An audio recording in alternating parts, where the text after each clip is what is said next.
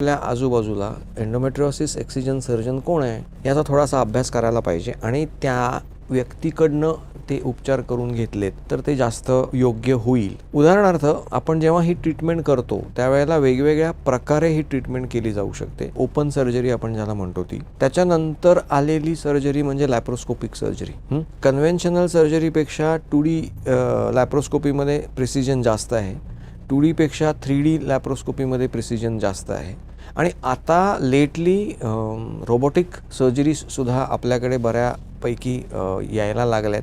त्याच्याने प्रिसिजन तर आणखीन जास्त वाढतं, कारण तिथे तुझ्या हँड मुवमेंट ज्या आहेत त्या हँड मुवमेंट्स जो डिफरन्स असतो ना तो येत नाही, कारण तिथं ते स्टॅबिलाइज्ड आर्म्स आहेत. ओके, सर्जिकल इंटरव्हेन्शनची गरज आहे का नाही आहे हे सुद्धा जास्त त्या एक्सिजन सर्जनला कळतं दॅन अ जनरल गायनेकोलॉजिस्ट.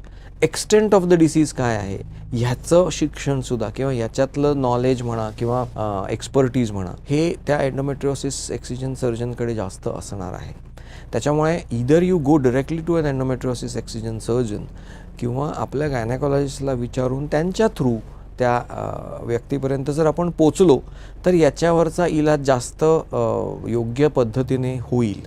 कारण जनरल गायनेकोलॉजिस्टने समजा ही उपचार करायचा प्रयत्न केला तर तो अर्धवट होण्याची शक्यता खूप जास्त असू शकते आणि त्याच्यामुळे the suffering of that woman may continue.